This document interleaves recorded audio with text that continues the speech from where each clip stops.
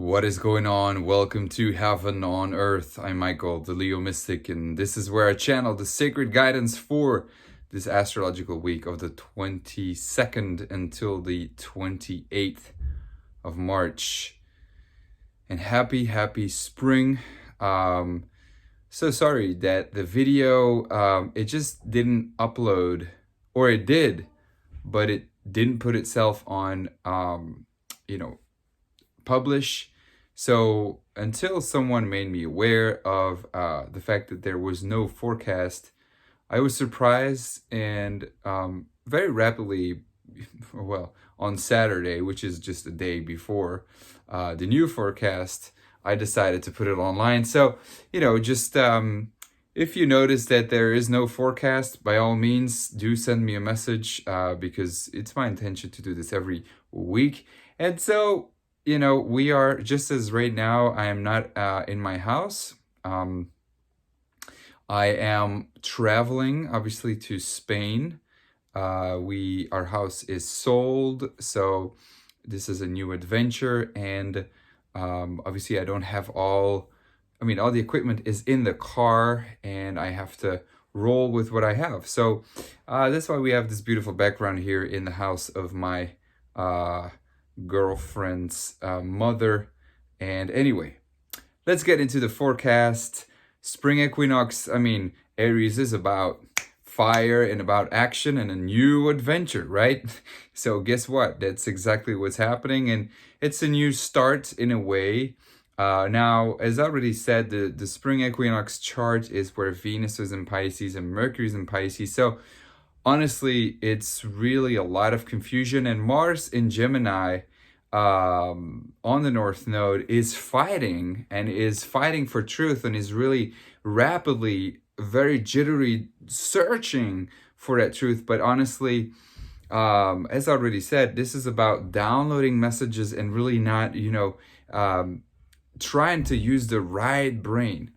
Trying to use the left brain to figure it out and be analytical. But really, Mercury in Pisces and Venus in Pisces now as well, for this year's chart, is truly saying, okay, well, you don't know. You don't have to figure it out. It's really about listening. It's about downloading that information and not listening to, the concrete information. I think in a way it might be a blessing for us, because then we don't lose ourselves too much if you allow yourself to not have that information, like the science, and and if you do, for those people who are caught up in that, they are confused. Mercury is in Pisces. It's detriment. It's really not at home. So it can get nasty, because Mars is in Gemini now in this chart, and that was not the case past year. It was in Capricorn, so our actions were exalted. Our actions were, at least, we had something practical to do. Now we're just fighting and just like, no, this is true, this is not true. And we can get caught the whole year into just discussions that are fruitless. However, we have a square to Mercury in Pisces, so there is some mitigating factor. There is some communication that is possible if you just allow to listen, if you just allow to, surrender. This is another year of surrender. It's truly saying that. And then, if you allow the gut instinct to act, you will know what right actions to do, because the Mars is on the North Node. So honestly, you will be guided. And any action you take that is from a higher inspiration, you will know, and it will have a benefit for the group. It will have a certain kind of guidance, cosmic guidance, individually for everyone.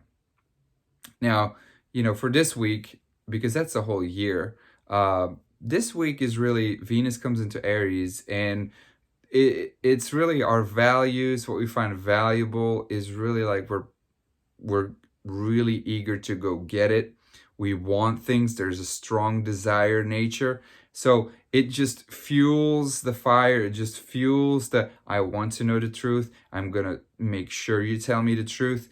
There's an acute inflammation kind of energy. I think we can be more direct. And, you know, by the end of the week, Venus comes past the sun, and at least we can, you know, just oppress a little bit, like really get what we want a little bit more.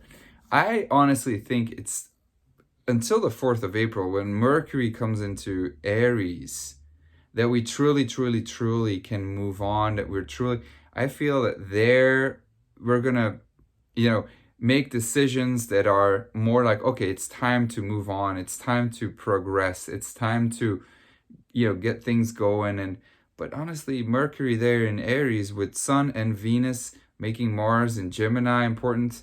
But now, you know, Mars in Gemini pointing back to Mercury. So there is some you know, in some mutual reception, and I think there we can really, there the audience, the people are going to come on the street and really raise their voices.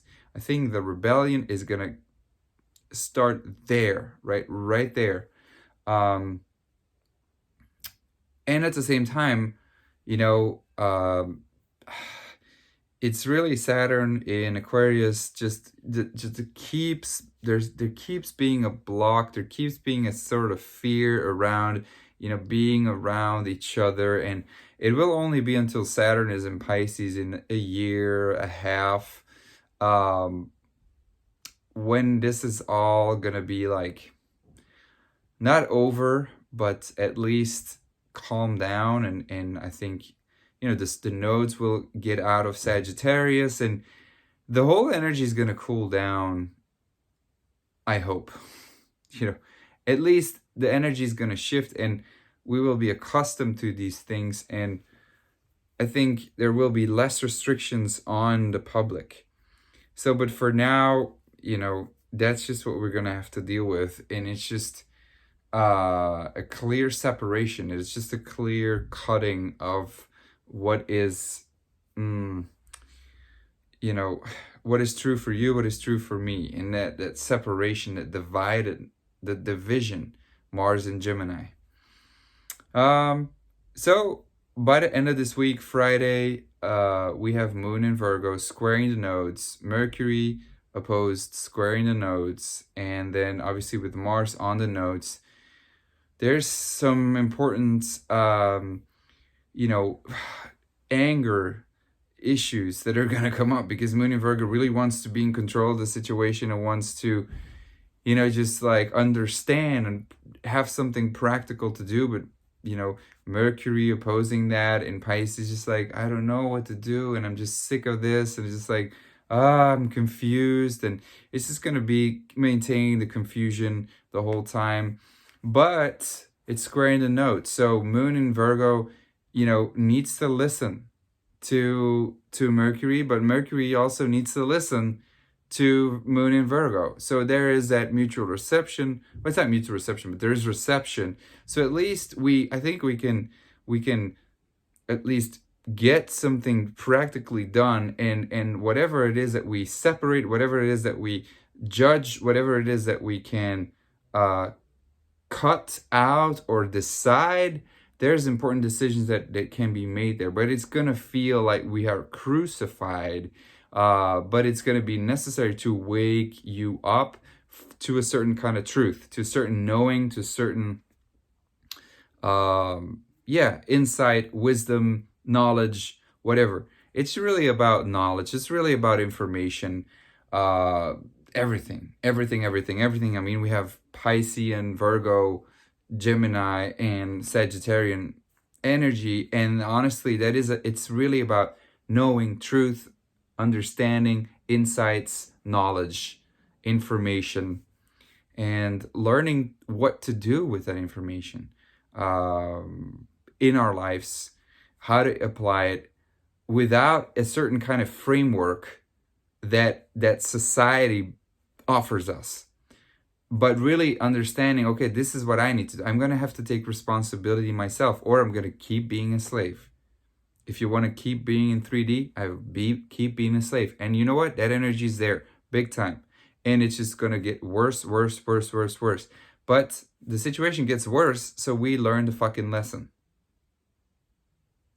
And I feel like I'm repeating a lot, but that's just really what the astrology is showing, and it's not going to go away anytime soon. So we better do something about it, or not at all, or we could just like don't do anything, but at least be conscious of what's happening. And that's our relief. That's our savior. And that's it. That's it. Full moon by the end of this week, Sunday in Libra. Me versus the other. You versus me. How are we equal? Both. How is there a certain relativity? How can we learn to listen to each other? I mean, Sun is in Aries, conjunct Chiron, conjunct Venus. There is some healing happening in relationships. There's a big awkwardness that we'll feel, but there's a potential for healing, a potential for understanding what the aggression means. Yeah, I think there's a certain kind of like, at least reconciling energy. Like, okay, I was wrong in this. I was wrong in that. I was wrong to do this. I was wrong to do that. But we'll feel that there's light being shined. I always get this wrong. On our wound, on the warrior that is wounded. But that's exactly where there's the potential on healing. Moon in Libra pointing back to Venus. So there's help. There's help to reconcile. There's help to take the right action. There's a help. It's not that bad. So that's kind of like what I'm feeling, is this like, we start to understand how to deal with this energy. We start to understand how we gradually can take our responsibility. We start to gradually understand how we ourselves have to act. And in full moon in Libra is just like letting go of the other, letting go of certain relationships and take action ourselves. But I think we're going to be insightful in like how we don't do that, how we are wounded in our relationships and in our just dealing with one another. But it is honestly just like we have to constantly go through this birth canal, and it's not ending. So, stay strong, stay healthy, take care of yourself. Yeah, that's it. Anyway, new adventure for you and for me. Tomorrow we leave. And honestly, this is one thing I just want to give you is we're leaving to Spain and no one is stopping us. I mean, there might be challenges. There might be, it might be made more difficult, as in like you have to get your form, you have to give a statement, you have to get tested. And it's just like, it's all an illusion. Mercury is in fucking Pisces, man. It's like, it's not true. It's just like Mercury in Pisces is saying, listen to something bigger, okay?